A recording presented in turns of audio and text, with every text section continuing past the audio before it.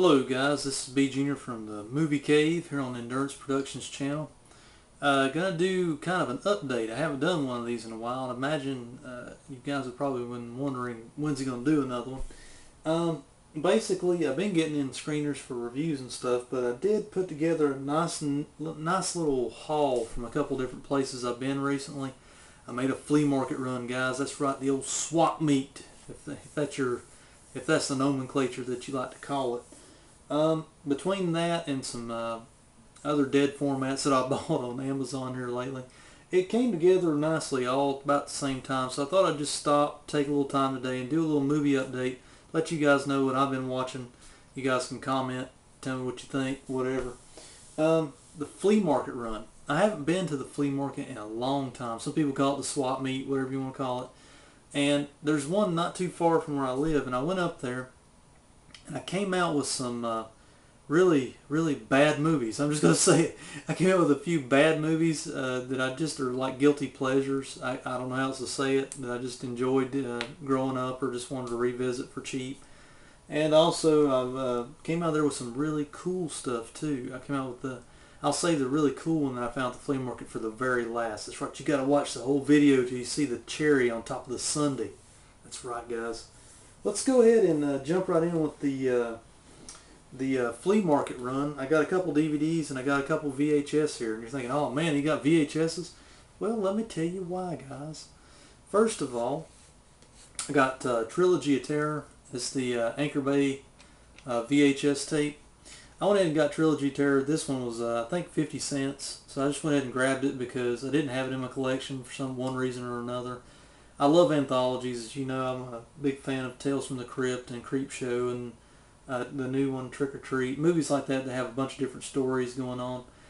This one, of course, starring Karen Black in all three stories. It's most notable because of the third story. Everybody likes this one because of the little Zuni doll at the end of the movie. The last story is probably the most famous. But I watched the whole tape the other day, and I got to say, the other two mini movies, I should say, were fun to revisit because not only because Karen Black plays all the parts, but just kind of nostalgic. Like, they're not as good. The first two stories are kind of like a light beer version of Tales from the Dark Side episodes with little twist endings and stuff like that.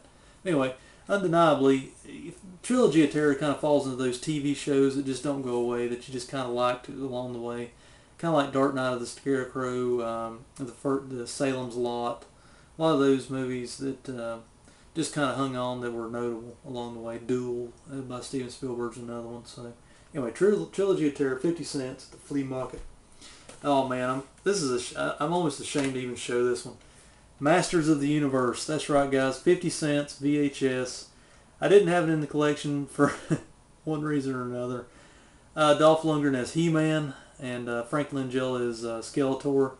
I saw this one in the movie theaters growing up, guys. I subjected my mother to it, and she was a great parent. She took me to see it, and I don't know, I've always wanted to put it in the collection. It just seemed kind of fitting to have it on VHS because I didn't really want to scour the earth for a DVD. I know it's out on DVD, and it probably wouldn't even break my bank that bad, but for 50 cents, I just grabbed it, and it'd be fun to kind of revisit in that one. Oh, here's one that'll crack you up. Night Patrol. Another 50 cents VHS. This one's in really good shape too. It's in little role for kind of a mid-80s role for Linda Blair's in this movie. Let's see. I think she's about the only Billy Barty, who was oddly enough, I believe, in Masters of the Universe as Gwildor, the little midget or the little people man that's in there. Basically, it's kind of a not as funny kind of rip off of Police Academy movies that were coming out in the mid 80s. That's best sums it up. It's kind of one of those run-of-the-mill 80s movies that just kind of got forgotten along the way, but it's most notable because Linda Blair's in it. I thought I would get it for 50 cents and just pop it in the old VHS player and revisit it. And I didn't want to scour the earth for a DVD or anything like that.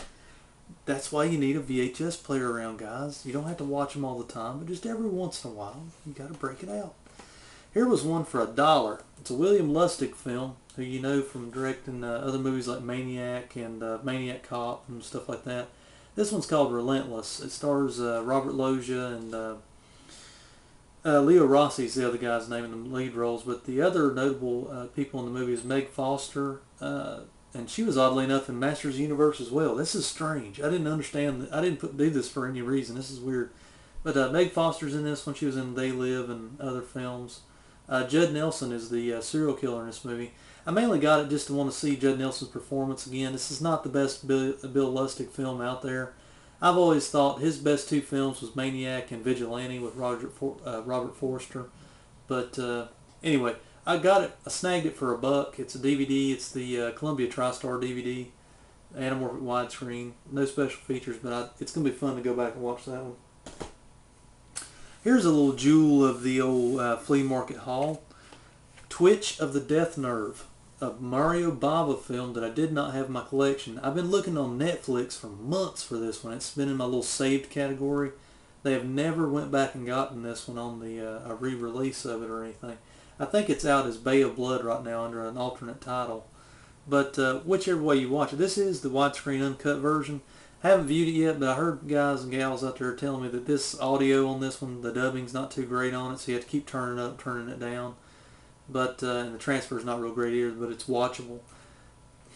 $3. I picked it up because it's kind of it's not really rare in the true sense of the word, but it's just hard to find. You just don't see it on every shelf or of every store. So it doesn't have a whole lot in the way of special features. It's got radio spots, theatrical trailer, some biographies type stuff on Mari Bava. But the snapper case was in good shape, and what I found when I brought it home is the disc is practically brand new. This is an image release. It has one of these cool, this is one of the rare times when snapper cases were cool. Like I think this one and The Exorcist are the only two that I have that do this. But you open it up like a traditional snapper case, but it has an extra informational fold out to it. It folds out a little extra there, and you got a little rundown on the background of the film and the making of it. That kind of thing. Got your chapter list right there. But this one's in really good shape, and I thought, as far as the actual box itself and stuff, for $3, I went ahead and snagged it. It's going to be really fun to see this one for the first time. I hear a lot of people say that this one was very influential on the slasher craze that came later in the 80s. And I even hear tell that a lot of people say that Friday the 13th Part 2 picked out maybe 2 or 3 death scenes out of this movie and just like blatantly redid the whole entire scene exactly the way it was done. Like a machete kill, and there's a wheelchair death in here, I understand, and there's another one with the old spear through 2 people while they're making whoopee kind of scene. But anyway, I haven't watched it yet, but it's going to be really interesting to check it out. Twitch of the Death Nerve. I hear it's a classic. Alright guys, dead formats. You know them, you love them. I actually picked up another Laserdisc. Now don't worry, don't run away. This isn't a Laserdisc haul or nothing. I won't bore you with it too much, but it is a pretty cool one. I finally found me a really good deal on a Laserdisc of one of my favorite John Carpenter films, The Fog. Check that out, guys. It's not a gatefold or nothing like that, but it's just it's in pretty good shape. There's a little rough spot up there at the top, but you take what you can get in these Laserdiscs because it's a dead format. They're not making them anymore. Look at that artwork. This is going to get displayed somewhere in the man cave. The Fog's always one of those Carpenter films I never get tired of, like Escape from New York. Films like that. So, anyway, there you go. Laserdisc. There's the big old gigantic DVD or Laserdisc. Anyway, The Fog. Okay, dudes, let's do another dead format. There's a sickness I have, guys, and I thought it was gone forever. It's called HD DVD sickness. That's right. I picked up a few more from Amazon. I've been watching it like a ninja, waiting for those little penny deals, those little one-cent deals to come up, and I've snagged a few more. This is just a little small haul of HD DVDs of just some favorites along the way, and there's one blind buy. I always try to do one blind buy whenever I'm buying real cheap stuff. So anyway, I found all of these except for one brand new, and I've already watched most of them. So anyway, Bulletproof with Damon Wayans and Adam Sandler. This has always been a cheap budget price HD DVD. Transfer on it looked pretty good. I'm not going to go into great detail today. This is just an update today, but it's not the best Adam Sandler movie. It's kind of uneven film. It's kind of like wanting to be an action movie and a comedy, but not enough of both or too much of both at the same time. But it was kind of nostalgic. It's kind of fun to revisit because it's one of those '90s films that not many people remember or talk about. It was kind of not really his breakout role either. Adam Sandler had his breakout role in like Happy Gilmore and Billy Madison and movies like that. So this is the one he did right before then. Anyway, Bulletproof HD DVD. Oh, here's one I couldn't wait to get open. I watched this one the other day too. Carlito's Way with Al Pacino. Another reteaming with Brian De Palma. I always love this film. The only thing is, it's over long by about 30 good minutes. It's about a 2.5 hour film, so I found myself this revisiting on HD. Albeit it's got a great transfer, great sound. I found myself fast forwarding through a lot of the dramatic parts with him trying to rekindle his romance in this movie. That's where it really kind of bogs down, and I like for it to get back to the mob movie part of it and stuff like that. But overall, a good film that I've grown to like. I didn't like it at the movies. I saw this at the movies and I didn't like it, but it's a testament to home video. You know, you revisit them later whenever you've grown up a little bit more, or maybe your tastes change and you just learn that you like movies differently. Here's one that's a very underrated movie and a good performance by Michael Keaton.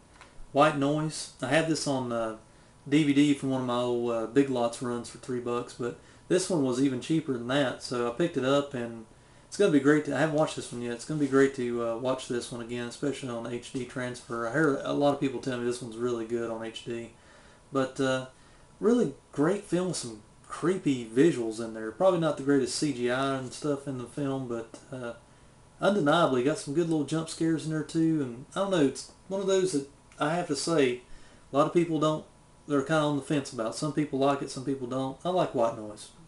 Don't really care for the sequel though, but I like this one.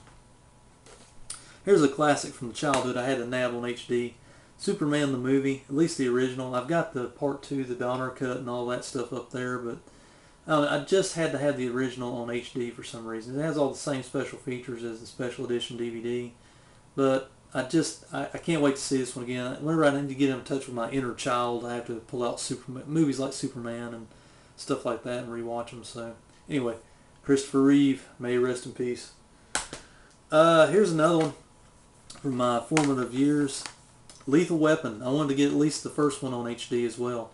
I had the Blu-ray of this one a while back, guys, but for some odd reason I ended up trading it in a deal that I made with a fellow YouTuber, and I never did go back and get it, but I found a dirt cheap copy on HD DVD. I thought, well, that's the way to get it.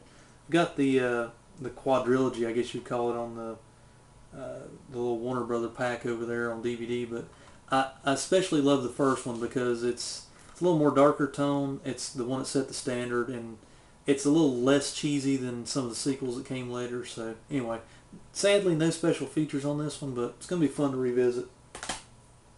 My blind buy from the HD DVD haul, House of Wax. I don't know why. A lot of people say this movie's crap. Some people out there say this movie's good. I don't know. I've never watched it before. This is the one with the remake with Paris Hilton. I've never really been a big fan of the original House of Wax, but I don't know. This one has a lot of special features on it, and hey, I mean, you know, I'll buy that for $1. That's like on RoboCop. I'll buy that for $1, but that's what it costed. So anyway, House of Wax. I thought I'd try it out. Are you ready for the cherry on top of the sundae? The icing on the cake. The best one of the whole entire haul. I'm going to switch back to the flea market, guys. The best thing I found at the flea market, and proving once again why you should never rule out the swap meet, I have for your viewing pleasure the Anchor Bay collectible tin of Lucio Fulci's The Beyond. It has a small dent in the cover right there. It looks like somebody sat something on it at one time and just left it like that. There's the back of it. It is a numbered availability. This is number 5,350 of 20,000. There you go. I don't know if you can see the numbers. What's really nice about this, guys, I got this for $5. This one goes used on Amazon for close to $30. And I don't even know, I think it's about $50 for it brand new. They put these Anchor Bay tins out a few years ago, and I missed out on them totally. I was in a different mode. I was moving, switching homes, and I needed every dollar counted at that time, and didn't have any type of disposable income to fill up my shelves with more movies or anything. But I said, no, I found it. It's still got all the goodies inside too, guys, all the lobby cards, the booklet, and all that stuff. I hear tell that the Blu-ray is definitely better transfer that's out there right now from Arrow, I believe it is. But look at that. I mean, that's a great collectible, the Beyond Lucio Fulci. Like I said, it cleaned up nicely. I cleaned it up, and it's just one of those deals. I know it's just a DVD, but man, I'm actually looking into probably purchasing some more of these Anchor Bay 10s, being that they're limited and all. I think some are cheaper than others because they only made certain numbers of certain ones. But I kind of set my sights on the Halloween 4 10 that's out there and Evil Dead 2 10 that's out there. I really want to get my hands on though. Here's something that you guys can comment on. If anybody knows out there where I can get a cheap or a good deal on a Let Sleeping Corpses Lie Anchor Bay 10 that came out, aka The Living Dead at Manchester Morgue. I have the Blu-ray, but I want to get the 10 for that movie because it's one of my favorite one-hit wonder European zombie films that I've really grown to love over the last few years. I think the Anchor Bay 10 has it under the title Let Sleeping Corpses Lie. There's some Walking Dead on the front of it. But or if you guys are tuning in today, if you guys want to work a trade, if you have an Anchor Bay Let Sleeping Corpses Lie 10, and if you want to throw out a list of tradable stuff that I may have in my collection that you're looking for, shoot me a comment or a personal message, PM me, I guess you'd call it here on YouTube, and maybe we'll work a little trade for another 10 for my collection, and you can get something that you would want. Anyway, I'm going to get out of here for today. That's going to look good on the display up there on the hard shelves. Anchor Bay 10, Lucio Fulci. That's it for the update today, guys. I'll catch you next time. Look for a new podcast on the horizon. Don't know how soon. I'm still putting it together. I'm still putting together an extra idea for the portion of it. So rock on. There'll be more videos in the future.